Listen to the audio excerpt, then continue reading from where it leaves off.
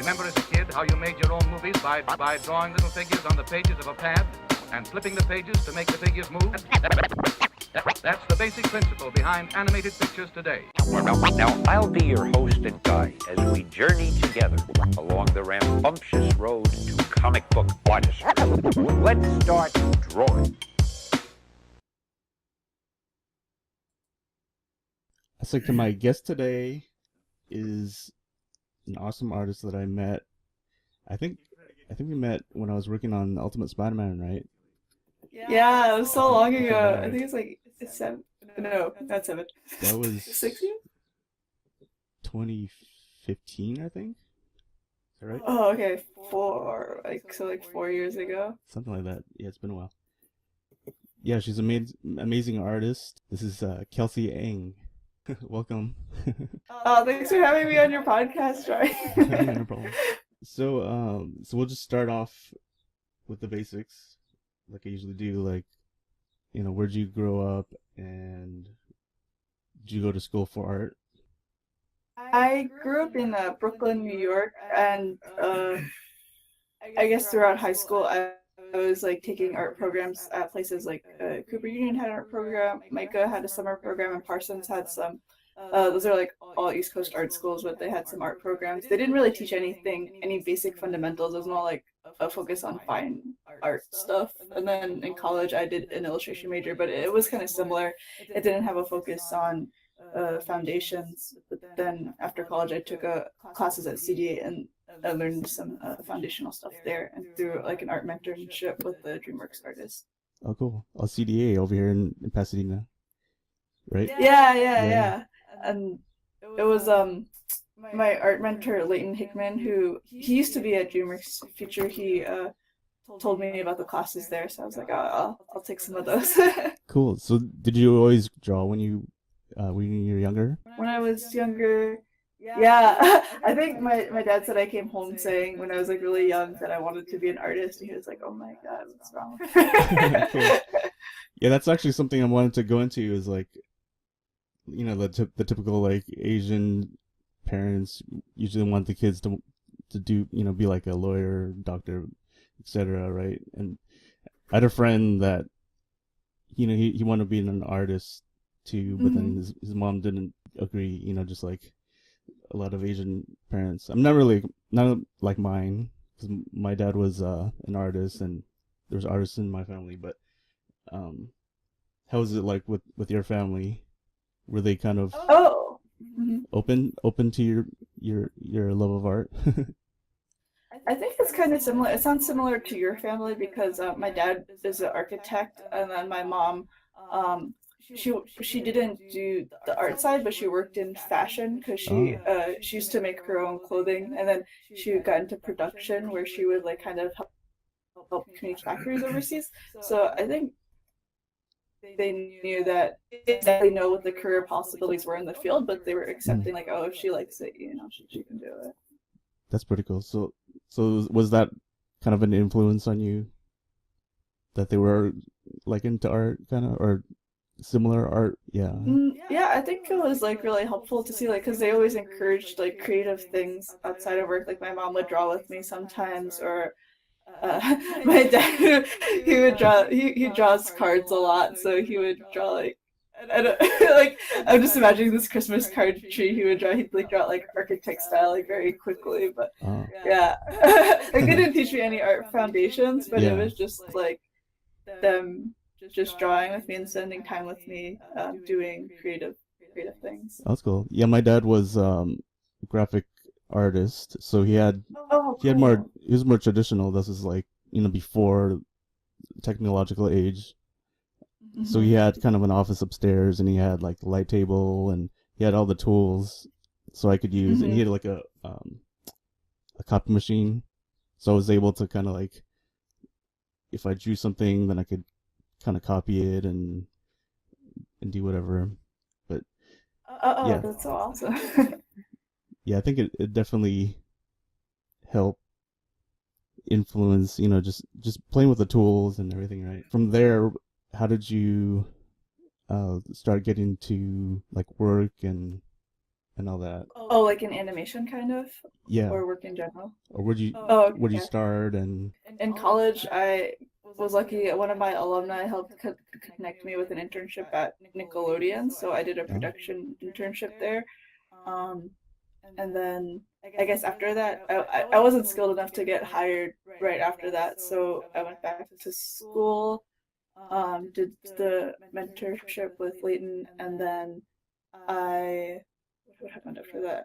And then I moved out here without a job just to take classes at CDA for a year. My parents were really supportive of me for that. And while I was doing that, I was like doing really random freelance with people who were kind enough to give me freelance. Like I think I visited David at work, and that's how I met you. I was oh like yeah. super unemployed, and you were like, Um, "Hey, do you want to do some concept art?" And I was like, "Cool, yeah, of course.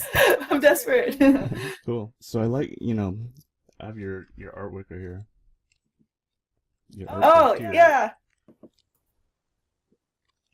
Yeah, I love your coloring and your characters and everything. You have little tutorials and stuff, right? Mm-hmm. It's pretty cool. Do you still have this book available? Yeah, I still have it in stores. I think I ordered too many copies. I have some extra, but Oh, slowly cool. but surely selling them off. I guess if they want to buy this, where would they get it? They Get would the get website. it at kelseyeng.com/store. Okay, I'll put links in the description later. Oh, thanks, Ryan. So who were your like influences? What kind of stuff did you like and art wise? Oh, like I think when I was first making my portfolio, because I was looking at what other people had in their portfolios, so I was trying to emulate like what people did in uh, feature animation, which I feel like was more realistic renderings at the time. What am I influenced by? Like just the most but right now I'm just influenced by like a lot of random artists I just see online. It's like because you like on Instagram I just get a constant feed of Yeah, like so there's a many new ton. artists, so it's really hard to pinpoint like a specific inspiration now. Yeah, it's almost depressing. Like looking at them, it's just like, where were you? Where did you come from? And or where did this artist come from? And then they have like millions of subscribers or whatever, or thousands. It's Oh, like oh my I think god. it's inspiring. I like Yeah, seeing that like people rise out of nowhere. I'm like, oh, I've never heard of this person before, and then they're like they make it really big. So I'm like, oh, I could possibly do that too if they can do it. yeah, Like it's really cool tracking their journey through the post because then I'd be like, oh, okay, if I do something similar, maybe like the same result will happen or something. yeah. It's pretty cool. So did you have more? I mean, did you have more like animation type of influences, or just? I mean, you have the Instagram artists. Oh yeah, Instagram didn't come till much later. Like in the beginning, I was like really heavily influenced by animation artists, but I feel like less so nowadays. Now that I work in it, I like to look more outside of animation for Mm. influences. I almost I know feel a lot like of people like. Oh yeah, what were you oh, gonna say? I was just gonna say, uh, almost has like a Miyazaki type of feel. Do you like Oh, Ghibli stuff? oh, thanks. Yeah, I really love Miyazaki. I used to watch Totoro when I was younger, so that was like one of my favorite movies. A lot of people like I always reference like Lion Decker, like Milt Kahl, like all those people, but I just tend to like artists who just post on Instagram and are more Yeah. random than like the older people. Yeah, I went to see some Line Decker pieces. I think it was up north. That was pretty awesome. And I saw Norman Rockwell, some originals, and then Muka, like Muka's paintings. Oh, That was pretty awesome did you too. go to see his gallery exhibit? I saw that in California. It was a while back. It was in San Diego, I think.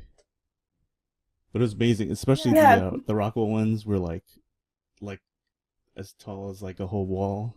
Oh no, I was just gonna say it was cool to see Muka's journey, like when you went to the exhibit, because you could see how he like worked his way up from like graphic design and stuff, and then illustration, and then he like and then he did murals at the end, but he's more well known for the stuff he did at the beginning when he was like 4.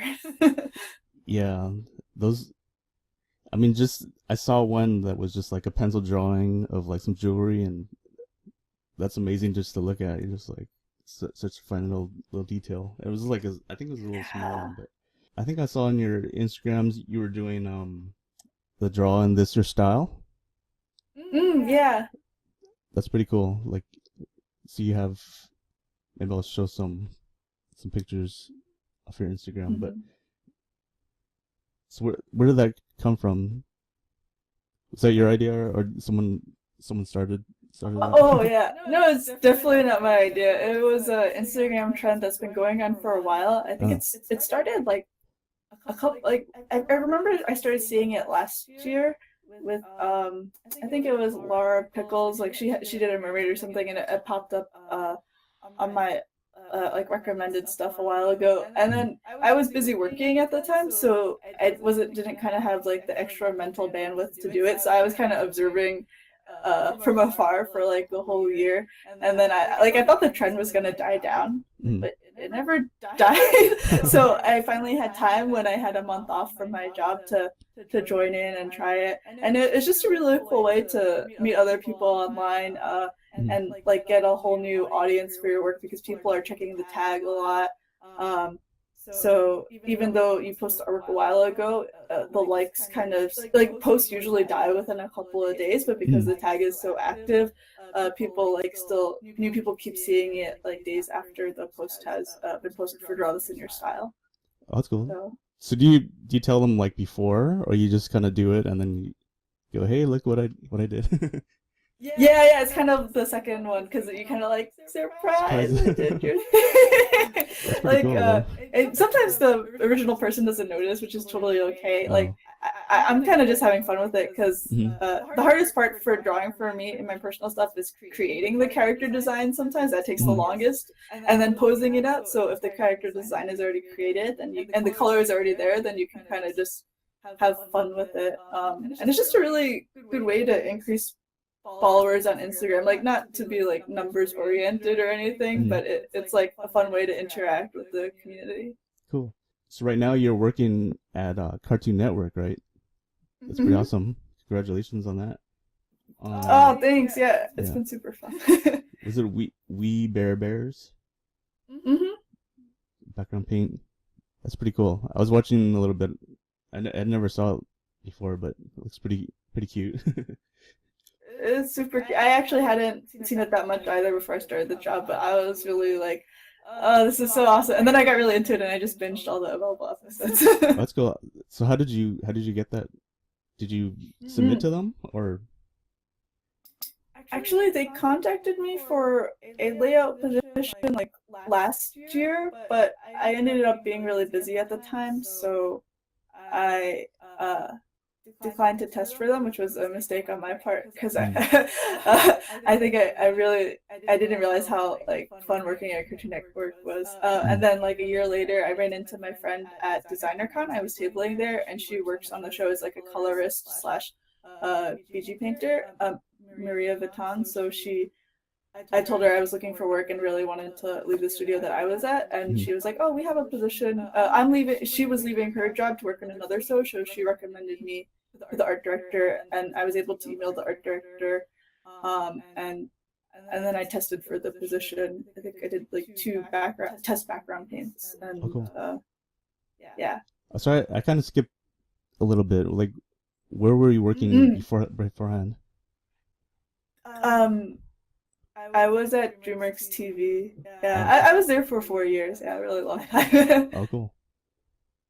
So was there anything before that, or that's kind of where you were starting?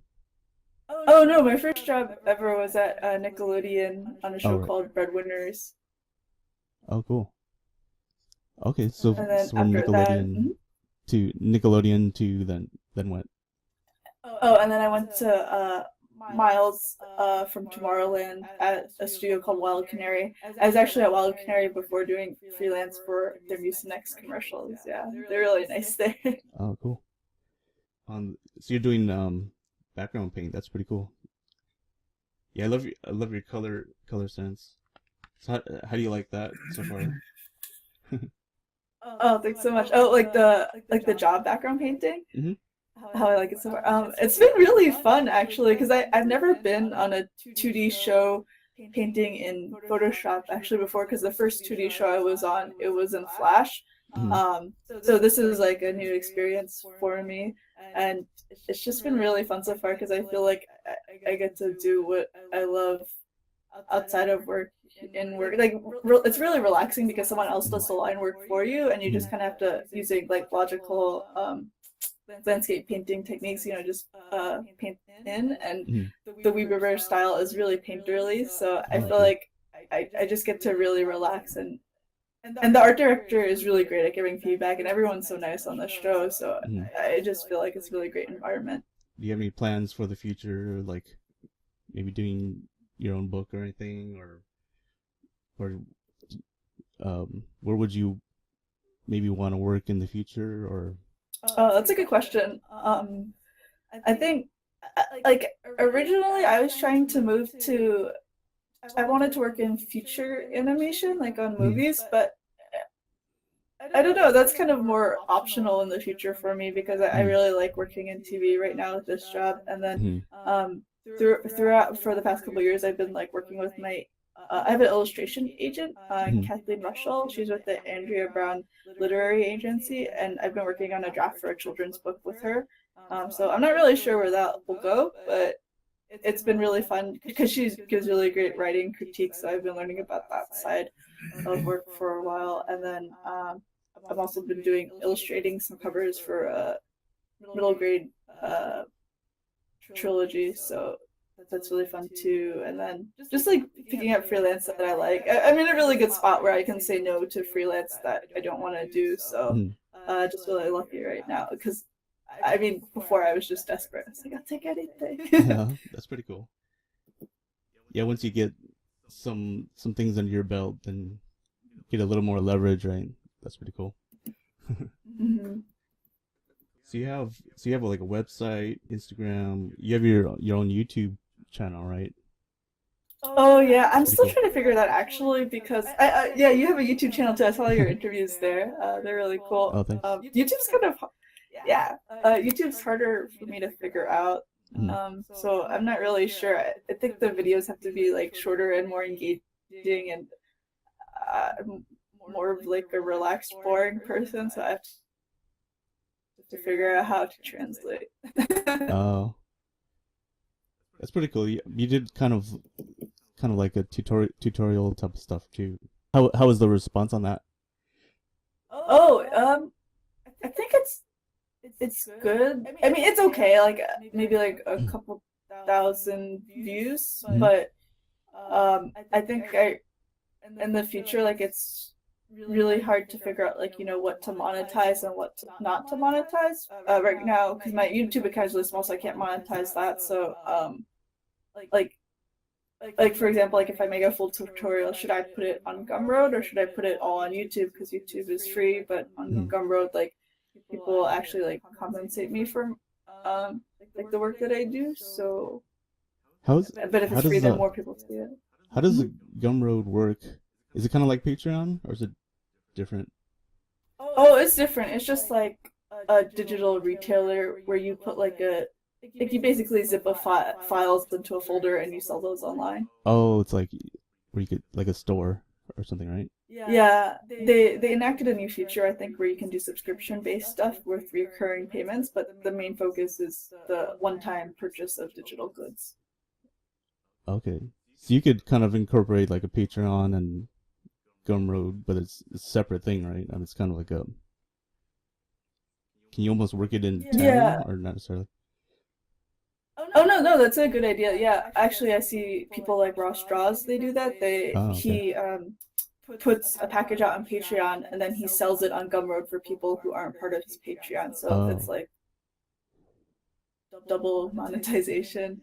But I tried out Patreon and it wasn't really working out for me. I don't think I have like as big of a fan base, or like I just didn't figure out how to do it exactly where it would take up less bandwidth for me and maximize the like rewards. It was just really hard to figure out. Yeah, I think a lot of times it's like you need like some kind of momentum or some kind of like fan base, right, to to really get things going. Yeah, I think it makes sense. Yeah. I think it makes sense if you have like a ongoing project like Wiley Beckert is doing. Like she did a whole card deck Kickstarter, and she just as she was making them, she posted them to Patreon. So, but for me, I just do like personal works, and sometimes I'm busy at work and I can't have consistent output. So, yeah. So you have a Twitch too, right? Oh yeah, I tried that out for a while. Are you doing that? Do you do that still every week, or? No, it got to be like a little hard with after work. Oh, okay. Yeah. Well, no, you have to get back to work. So, thanks a lot for being on. And check out our work. And buy your books.